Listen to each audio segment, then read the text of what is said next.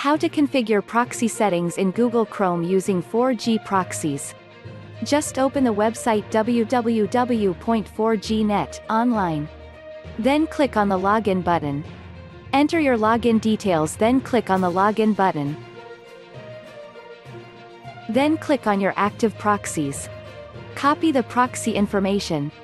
Let's apply it on the Google Chrome. Just click on the three-dot icon at the upper right corner. From the drop-down menu, just click Settings. In the search bar, just type the proxy. Then click here. You will redirect here. Then turn on the manual proxy setup.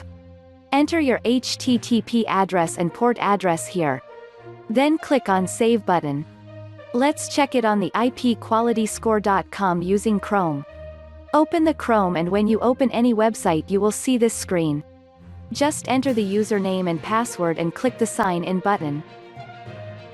Check it 100% working and the fraud score is 0. So go 4G net, buy and enjoy the fraud-free and 100 accurate services.